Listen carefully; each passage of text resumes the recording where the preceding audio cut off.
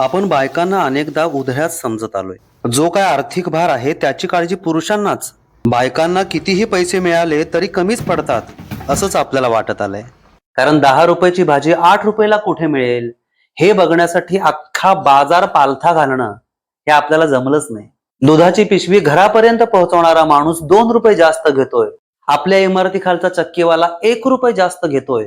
म्हणून 3 गल्ल्यां पलीकडे पायपीट करून दळण घेऊन येणं, शेअर रिक्षाचे 10 रुपये वाचावेत म्हणून बाजाराचे पिशव्या घेऊन चालत येणं, यामागचं गणित आपल्याला कळलंच नाही. आणि बायका हे आत्ताच करतात असं नाही, तर अगदी आधीपासून. म्हणजे आपली जुनी झालेली साडी टाकून न देता त्याचीच गोधडी शिवून आपल्या कुटुंबाला मायेची ऊब देणारी बाई आपल्याला कधी कळेल? काय हो, खीर तयार झाले, हवी तशी गोड झाली का बघा या.